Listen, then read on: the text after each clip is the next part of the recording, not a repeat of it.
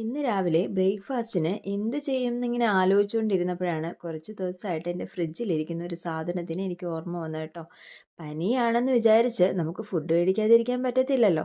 എന്നാൽ വലിയ കാര്യമായിട്ട് കുക്ക് ചെയ്യാനുള്ള ആരോഗ്യമൊന്നും ആയിട്ടുമില്ല. എന്നാൽ പിന്നെ ഇത് തന്നെ ചെയ്തേക്കാമെന്ന് വിചാരിച്ചിട്ടോ. ഇത് ബ്രേക്ക്ഫാസ്റ്റിന് മാത്രമല്ല, നമുക്ക് ഡിന്നറായിട്ടോ സ്നാക്കായിട്ടോ ഒക്കെ എടുക്കാൻ പറ്റുന്ന ഒരു സാധനമാണ്. ഒരു പാനിലേക്ക് കുറച്ച് ബട്ടർ ഇട്ട് കൊടുക്കുക. നിങ്ങൾക്ക് ഇനി ബട്ടർ ഇഷ്ടമല്ല എന്നുണ്ടെങ്കിൽ നമുക്ക് വെളിച്ചെണ്ണ ഇട്ട് കൊടുക്കുക, ഏത് എണ്ണ വേണമെങ്കിലും ഇട്ട് കൊടുക്കാം കേട്ടോ. എന്നിട്ട് കുറച്ച് വെളുത്തുള്ളി ഒന്ന് ഒന്ന് സോട്ട് ചെയ്തെടുക്കുക. അതിലേക്ക് നമ്മൾ അരിഞ്ഞു വെച്ച സവോളയും പച്ചമുളകും കൂടി ഇട്ട് കൊടുക്കുക.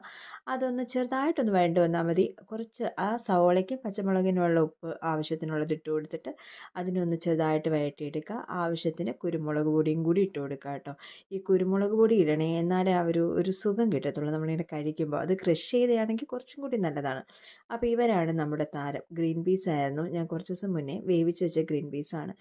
അങ്ങനെ അതും ഒന്ന് ഇട്ട് കൊടുത്ത്, ഗ്രീൻ പീസിൽ വെള്ളം ഉണ്ടെങ്കിൽ അതും ഒന്ന് ഡ്രൈ ആക്കിയിട്ട് നമുക്ക് ആവശ്യത്തിന് മുട്ട, നിങ്ങൾക്ക് 2 മുട്ടയാണെങ്കിൽ അങ്ങനെ എടുക്കാം. ഞാനിവിടെ 4 മുട്ട എടുത്തിട്ടുണ്ട്. ഇനി എത്ര മുട്ട എടുത്തിട്ടുണ്ടെങ്കിലും നന്നായിട്ടിരിക്കും കേട്ടോ. അങ്ങനെ ഞാൻ ഈ 4 മുട്ട എടുത്തിട്ട് ഒന്ന് മിക്സ് ചെയ്ത് അതും ഈ ഗ്രീൻ പീസിൻ്റെ മേളിലോട്ട് അങ്ങ് ഇട്ട് കൊടുത്തു കേട്ടോ. എന്നിട്ട് ഇതിനെ അങ്ങ് നന്നായിട്ട് ചിക്കി എടുക്കുക എന്നുള്ളതാണേ.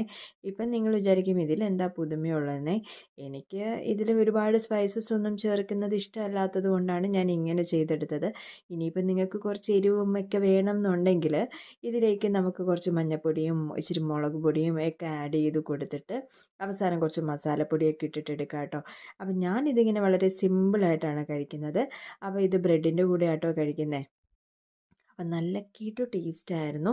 എനിക്ക് ഭയങ്കരമായിട്ട് ഇഷ്ടപ്പെട്ടിട്ടുണ്ടായിരുന്നു കേട്ടോ. അപ്പോൾ നിങ്ങളെല്ലാവരും ഒന്ന് ട്രൈ ചെയ്ത് നോക്കുക. വളരെ സിമ്പിളായിട്ടുള്ളൊരു റെസിപ്പിയല്ലേ. അപ്പോൾ ഒരു പുതിയൊരു വീഡിയോ ആയിട്ട് നമുക്ക് വീണ്ടും കാണാം കേട്ടോ. ബൈ.